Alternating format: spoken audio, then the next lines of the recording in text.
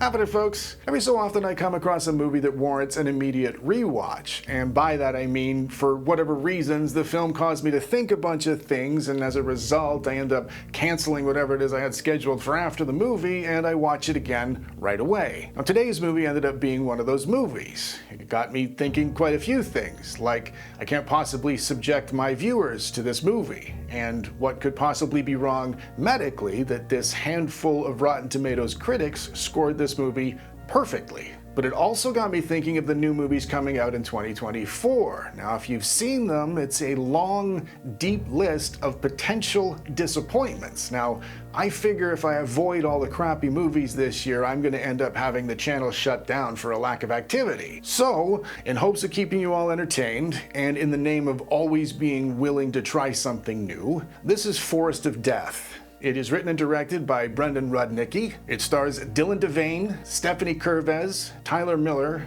Chloe Marie Rhodes, and me.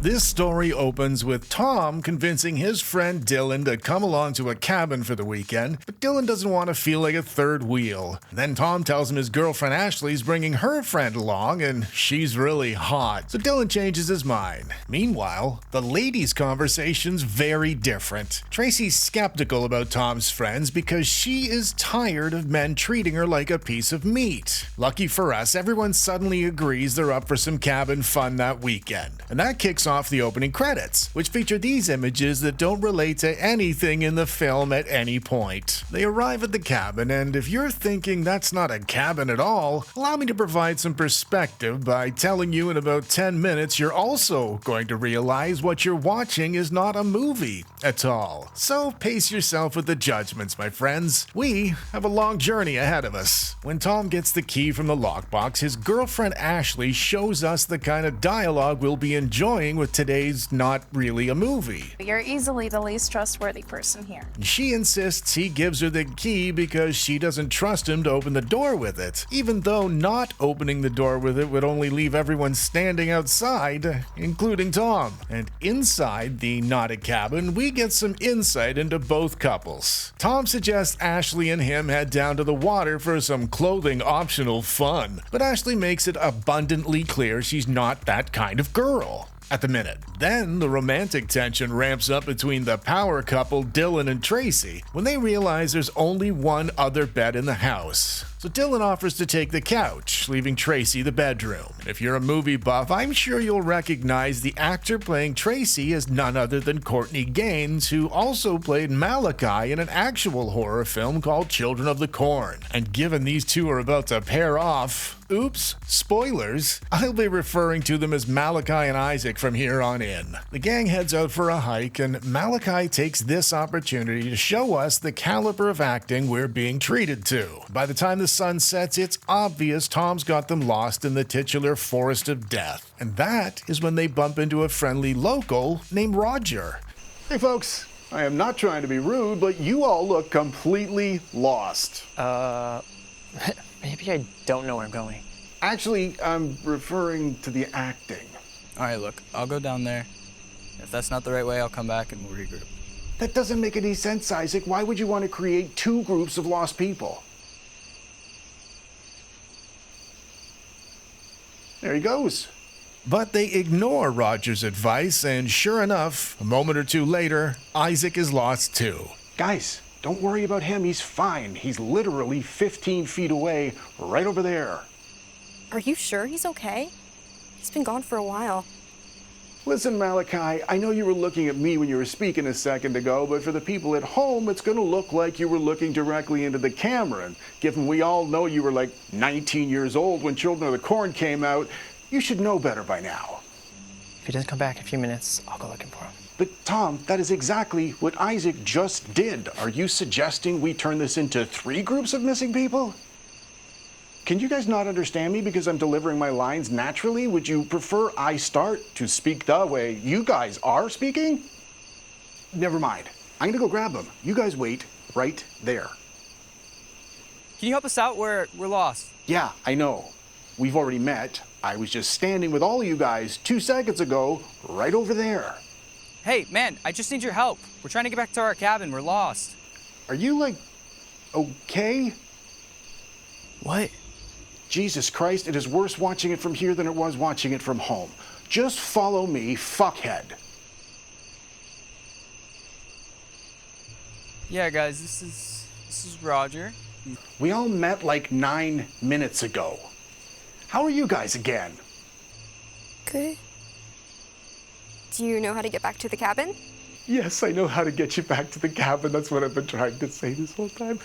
Follow me. Think of me as he who walks you back to safety. And when I say safety, I mean the public safety from you guys. There you are, folks. Do you need any assistance getting from here to over there? Yeah, I think we got everything we need. Thanks. Oh, good, good. I'm gonna pop home and grab myself some painkillers. I suddenly have a headache. You live nearby? No, I don't live close, Ashley. I'm gonna trek hundreds of miles to get myself a Tylenol. Okay. Back inside the not a cabin, Malachi complains about how confusing and toxic Roger's common sense and sarcasm was. But Tom is quick to remind her to lighten the hell up and enjoy the holiday, which sounds like fantastic advice given the circumstances. And in the next scene, they all agree to make a fire to roast marshmallows. And when Tom starts complaining about having to collect firewood while he's on holiday, he totally contradicts the advice he doled out 39 seconds ago. But it's not his fault, it's the writer's fault. The director would have normally sorted this out if he wasn't also the writer. As you can tell by Isaac's wispy mustache and sparse neckbeard, he's the outdoorsman of the group. He puts his skills to work starting a fire by dousing a handful of twigs in 3 or 4 liters of kerosene. And while he's trying to light the fire, Tom keeps calling to him from the forest of death. But it turns out it wasn't Tom at all, because Tom was in the kitchen the whole time. And I'm guessing that was probably meant to be scary. Then other things start heating up when Malachi congratulates Isaac for finally getting his lighter close enough to the kerosene to get the fire going. And then Roger returns to make sure everything's okay with the vulnerable group of alleged adults. So I'm assuming you're all part of some community drama group. Maybe you all share a syndrome or a specific kind of brain injury? No. That's not it. No? Just idiots then? Of course, I suppose we're all idiots for being anywhere near these woods, huh? What's wrong with the woods? Glad you asked, Malachi. Any of you notice the title of this movie you're in? Forest of Death? I mean, we were just out there. It was dark. We didn't see anything. Well, Isaac, that's hardly surprising, given the 4 of you got lost in 2 separate groups 15 feet away from the not a cabin. Yep, you guys were literally right over there. If a single one of you would have just turned around... Anyways, you should probably just count yourselves lucky it hasn't got you yet. It? What are you talking about? It. Your hair is freaking me out, Malachi. It's like that 80s pop star Tiffany had a kid with the Cowardly Lion from The Wizard of Oz, and that kid styled its hair every morning with a pipe bomb. That was a bit offside, sorry. You were asking about it, the supposed scary thing in this movie. Well, the writer and director of this film is a guy called Brendan Rudnicki, and probably don't have to tell all you guys about that. I'm sure you're all related to him or something, right? Anyways, Brendan decided to call the scary thing in this movie Wendigo, which is somehow even less original than the Forest of Death title. But I digress. I'm here to let you in on a little secret. What is actually terrifying about this movie is there is no actual creature. On top of probably not paying you, Brendan's just gonna get you guys running around in the forest shouting things at each other in the dark. But what's really gonna give people bad dreams after watching this movie is your acting. You really think that we're gonna believe this shit? No, Tom, and that's exactly the point. Nobody in the audience is going to believe any of this. A handful of Rotten Tomatoes critics rated it perfect because they were paid to.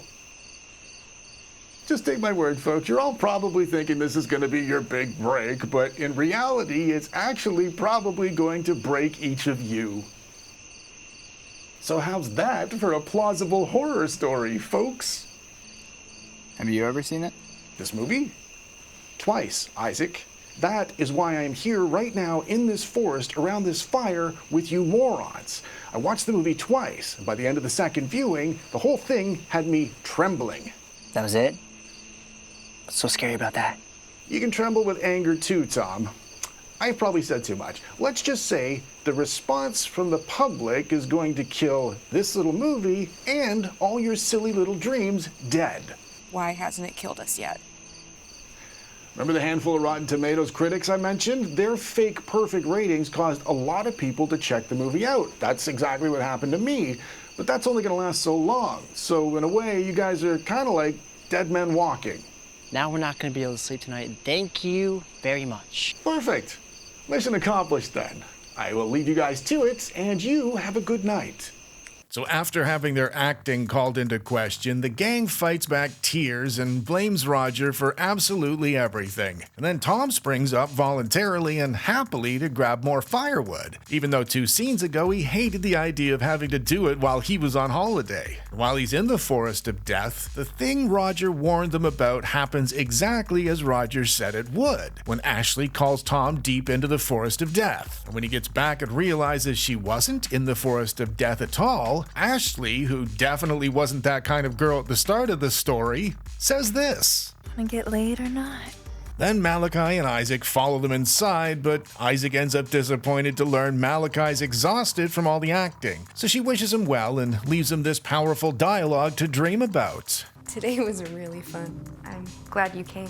Then Isaac goes outside and Malachi's voice calls him into the forest of death too. So he goes, but that was just a dream. When Isaac wakes up to breakfast, Malachi's starting to look like she's been beaten up by he who walks behind the rose. They all head out for another walk and Isaac reveals he's a budding photographer. So Malachi poses for him and the photos turn out fantastic. Then in the background of one of the photos, they spot something suspicious. So they zoom in on it. They hadn't seen Roger since the night before, so naturally some of them had forgotten the interaction already, as per Brendan's writing, of course. So they play cards and dance around the kitchen for a while until Ashley thinks she sees Roger in the window. They head out after him, but he's nowhere to be found. Then Tom suggests he and Isaac split up to find Roger in the dark forest of death. And even though that is the stupidest possible thing they could do in these circumstances, they do split up, because Brendan Rudnicki wrote this. They don't find anything, but then they do. And it freaks them out even though they've been made aware it's going to happen and they were fearless a few seconds ago. Back in the Not a Cabin, they try calling Roger. Yeah, I don't know if maybe you're new to the property management thing, but this is really making everyone super uncomfortable.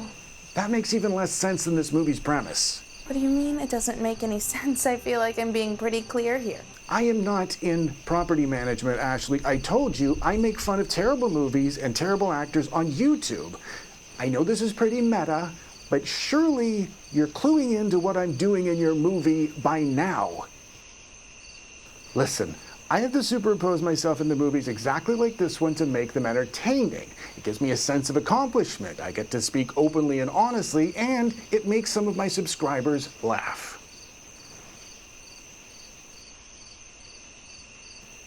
Hello? I think she just hung up on me. And after pondering the possibility the only horror in this horror movie was their lack of self-awareness, the gang collectively decides to spend another night in the Not a Cabin. Right when the drama's reaching fever pitch on the couch, Tom thinks he's spotted Roger outside again. So they all run out into the forest of death looking for him, even though his voice just scared them all back inside a moment ago. Then Ashley starts acting like a cyborg mannequin thing, and Malachi notices, because she is the perceptive one. Something is definitely wrong with Ashley. And then Isaac starts cluing in. But Malachi refuses to accept the possibility there's shite actors in a shite film, because she spent the last year and a half of her life teasing her hair and telling everyone she knows she was going to act in a movie. But Isaac shows her proof on the laptop. The Rotten Tomatoes critic scores may have been 100%, but everyone else seemed furious at having watched the film at all. And even more damning, there's basically no information online about any of the group. It's like they're not real actors at all. Meanwhile, Ashley, the cyborg mannequin thing, tells Tom they should go out into the forest. And despite everything that's happened, sometimes 2 or 3 times in a row, Tom's happy to go. Probably because his cyborg mannequin thing girlfriend has large boobs. And then Malachi and Isaac go into panic mode because Tom and cyborg mannequin Ashley are nowhere to be found. Until 2 versions of Tom come back to the Not a Cabin, both claiming to be Tom. Always raring to go, unless he's delivering dialogue or being intriguing, Isaac scares the fake Tom off with his trusty lighter. And the real Tom reveals cyborg mannequin Ashley stabbed him in the Forest of Death. And while he's telling everyone the story, his acting shifts into high gear. And it is a sight to behold. Is he in pain? Is he sleepy? Is it some kind of sleepy pain? And then Isaac shows us his acting when he calls the cops, and it is equally captivating. But his performance is interrupted by some of the best acting yet, when cyborg mannequin Ashley shows up at the glass door and delivers the kind of performance that wins awards. And then Isaac pipes in, and it turns into an acting extravaganza that will literally make your head light. So cyborg mannequin Ashley sneaks in a different door, and Tom tries doing her in. And after they've smeared some thick red paint across cyborg mannequin Ashley's forehead, she stabs Isaac really badly, but being the outdoorsman he is, he just walks the injury off. And then cyborg mannequin Ashley stabs the shit out of Tom too. And that gives Isaac and Malachi some time to get away into the Forest of Death. And for the 23rd time in the film, Malachi looks directly into the camera, almost as if it's her first time ever being around one. Isaac's wounds prove too much to handle, and he tells Malachi to fuck off to the road and find somebody to help them. And she leaves him there for cyborg mannequin Ashley with a painted forehead now to do him in with a knife. And mid-stabby time, cyborg mannequin Ashley with the painted forehead now turns into Malachi. And that's the end of Isaac, who spits up a load of strawberry jam as he expires. But it's obviously magical jam because it's gone a second later. Out on the road, the actual Malachi, maybe, tracks down this fella in a truck and brings him back into the Forest of Death to help save Isaac. Only it wasn't the actual Malachi because cyborg mannequin painted forehead Ashley did her in and took over her form. And that is the end of this film. Well, I hope that wasn't too much for you. I kept it as short as I possibly could have.